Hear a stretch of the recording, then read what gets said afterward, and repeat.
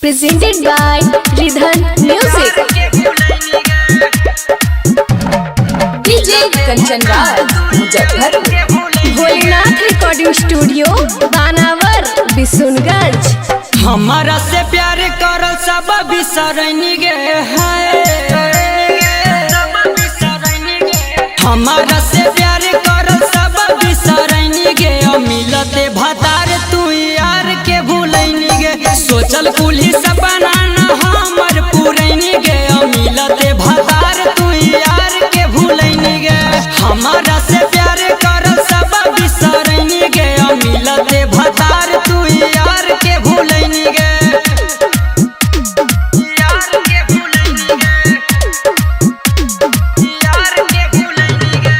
DJ Kanchan Raj, Muzaffarpur. मिले वहानी बधारी में, धरहानी हमके अकवारी में, धरहानी हमके अकवारी में, धरहानी हमके अकवारी में। मिले वहानी बधारी में, धरहानी हमके अकवारी में। हमारा नजरिया से दूर कहे गेनी गे हाय,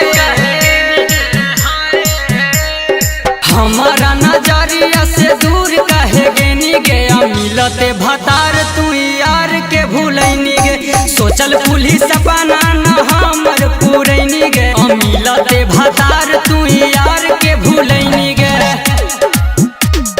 यार के भूलनी गे, यार के भूलनी गे। DJ Kanchan Raj, Muzaffarpur. गिलिया कसम सब भूलनी गे, दोसरे से मंगिया भर वहीनी गे, दोसरे से मंगिया भर वहीनी गे, दोसरे से मंगिया भर। गिलिया कसम सब भूलनी गे, दोसरे से मंगिया भर वहीनी गे। चंदना के जियते तू जिए नहीं देनी गे हाय, चंदना के जियते तू जिए नहीं देनी गे। मिलते भतार तू यार के भूलनी गे, सोचल पुलिस सपना न हमर पूरनी गे।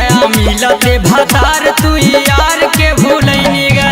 भोलेनाथ रिकॉर्डिंग स्टूडियो बानावर बिशुनगंज।